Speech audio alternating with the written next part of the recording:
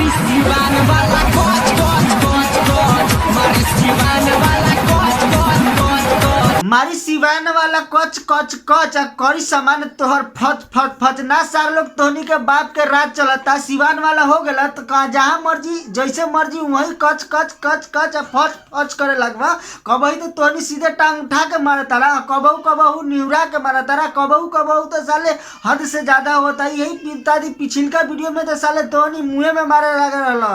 कोई सामान तोर कोच कोच कोच कोच ना यार तोहनी सिवान वाला हुए तो एकर मतलब का कि लाड़ में दांते काट लेवा। बम डिगी डिगी बम बम। हमार नाम अल्ताफ, स्वागत बा आप लोग के फिर से हमरा ई चैनल में जेकर नाम है बिहारी एक्टर। ता जैसा कि आप सब लोग जानत हो कि बार लॉकडाउन चलता, आप लोग से हाथ जोड़ के विनती बा कि अपन गान से थुथराई ना करी, अपन गान से नारियल फोड़े के कोशिश ना करी, चुपचाप बैठ के शुरू से लेकर के लास्ट तक हमार वीडियो देखा। हमार इतना कहला के बाद केहू आदमी हमार बात ना मानता, अपन गान से नारियल फोड़े के कोशिश करता, वीडियो छोड़ के बीच में बाहर जाए के कोशिश करता। तो हम कहते कि बाहर जाइबा तो तोहनी के पिछुआरा के मार मार के हई हाल कर दियल जाए। बम डिगी डिगी बम बम। तो चुपचाप घर में बैठ के हमरा वीडियो के मजा लाता शुरू करता नहीं आज के वीडियो।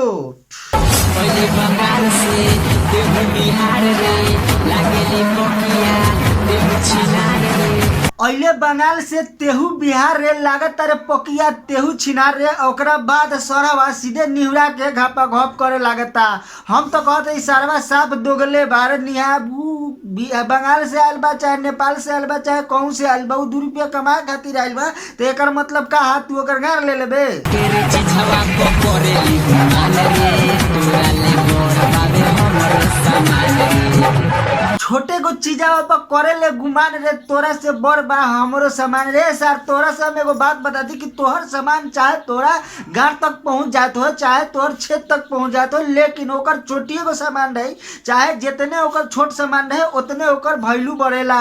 जाना तारा तोहनी के एगो बात कह दी कि जितना छोट सामान बा जितना भी छोट सामान बा लेकिन वो छोट सामान बा हई सामान बा, वही सामान पर पूरा दुनिया मरेले आ तू मर तारे साले। वही सामान ला तू साले काम कर तारे ऑर्केस्ट्रा में नाच करता रे आ कहता रे कि छोटी को चीजों पर करे ले गुमान रे। सार काहे ना छोटी को चीजों पर काहे ना गुमान करो, पूरा दुनिया तो वही पे अटकल बा। हमें सुनले बानी हम हूँ कि कय गो 999 गो हवाई जहाज घुस गेल लेकिन पता ना चलल। छोटे रे चिझवा को करेली मान रे तोरा ले गोड़ बाबे हमर सामान रे आ तोर सामान ज्यादा लम्हार बा ना सार तो एगो काम करो ओकरा के घुमा के अपन गाड़ी में डाल। लइका होई मारी सिवान वाला कोच कोच कोच कोच मारी भाई लोग तोहनी से एगो बात बता दी कि तोहनी से अगर पूरा ध्यान से देखबा ना ऑर्केस्ट्रा वीडियो तो तोहनी के साफ साफ पता चल जाई कि ई लोग हव वाला इंग्लिश फिल्म ब्लू फिल्म के पूरा प्रेस्टिक क के देखता रह, हाथ से हिला हिला के पूरा निहुरा निहुरा के सुता सुता के हर एक स्टाइल इस सरवा लोग स्टेडे पर बता देता। साफ साफ कहे लगे चाहता कि हई वाला फिल्म में ऐसे ऐसे होला, यही सब इंजॉय करता लोग करी बहुत मजा आवता।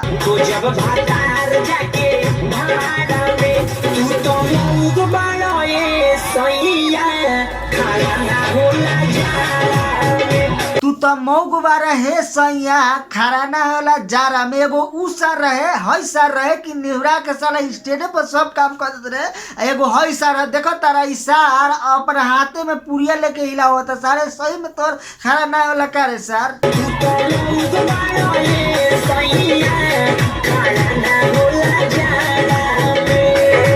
हाँ हम देखतो बानी आ मानतो बानी। हई बेचारी के मुसीबत पड़ल बा स्टेट पर अपन गार कुत्ता कुत्ता कहतिया कि हमर मौग बा के सैया खारा ना होला जारा में, लेकिन हई सरवा के कौन मौग बा सैया। हई सरवा खुदे मौग बा कि एकर सैया मौग बा, हमरा ई समझ में नहीं के आवत कि ई सब लोग के कहता इशारा क के कि खारा ना होला जारा में तू तो मौग बा रहे सैया। अरे सर तू तो कम से कम शर्म कर साला, ऊ तो एगो मेहरारू हुआ साला, तू तो मर्द बारे साला, कम से कम तू तो शर्म कर। तू काहे कहता रे का तोरो गणिया मरावे के मन करता।